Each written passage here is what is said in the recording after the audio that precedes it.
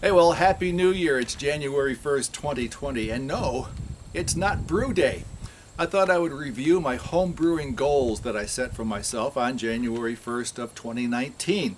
I don't do resolutions, so I just set some home brew goals, some Brew Years Resolutions.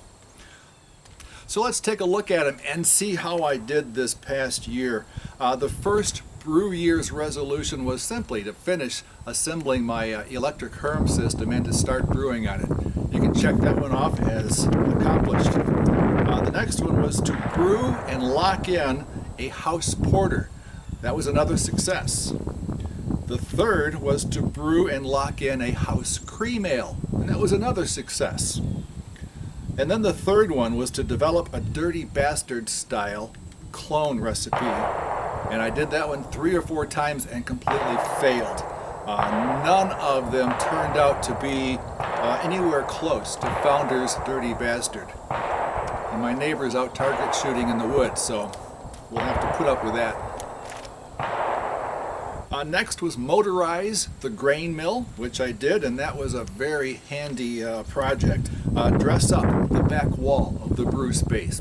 I simply hung a Union Jack on the wall, since I do mostly English style beers that seem to fit. Buy fatigue mats for the brew space, those rubberized mats that make it easy on your feet when you're standing in one place for a long time. 25 bucks a piece at Lowe's. That was a nice improvement also.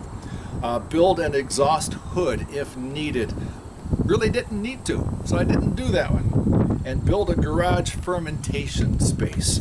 I never did that. I got some parts and pieces to do it maybe in the future, but I did not build the garage fermentation space. All right, let's take a look at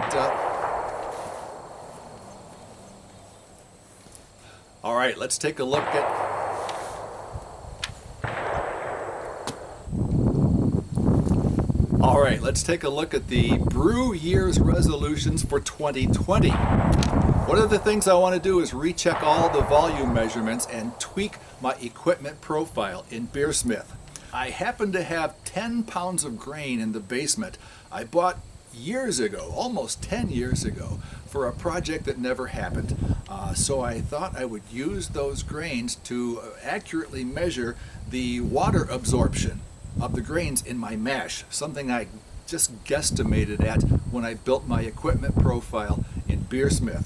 So that's the first goal, is to rework all the volumes and tweak that equipment profile for Beersmith. Now in 2020, I only had 3 beers that I brewed all summer, spring, summer, and fall long. It was that porter, the cream ale, and the clone of Founder's Dirty Bastard. I was really trying to tweak those recipes and lock them in. I'm not going to be so strict on brewing just 2 or 3 or 4 styles, but I do have some experiments in mind. The first is to brew a small batch porter and age it with Brett C and oak chips for a whole year. So I'll brew that sometime late winter, early spring, and then next year in 2021 I'll brew another batch of fresh porter, same recipe, and blend the two, just like Goose Island in Chicago did with their recent Obadiah Poundage 1840 London Porter experiment. So that's going to be a long-term brew. I want to experiment with some warm fermented lagers. I want to rebrew Denny Rye IPA, one of my favorite recipes of all time. I used to brew it several times a season, and I haven't done it for a couple of years. So it's time to brew some Denny Rye IPA. I want to do a Fuller's London Pride and ESB Party Guile. That's how those 2 beers are made.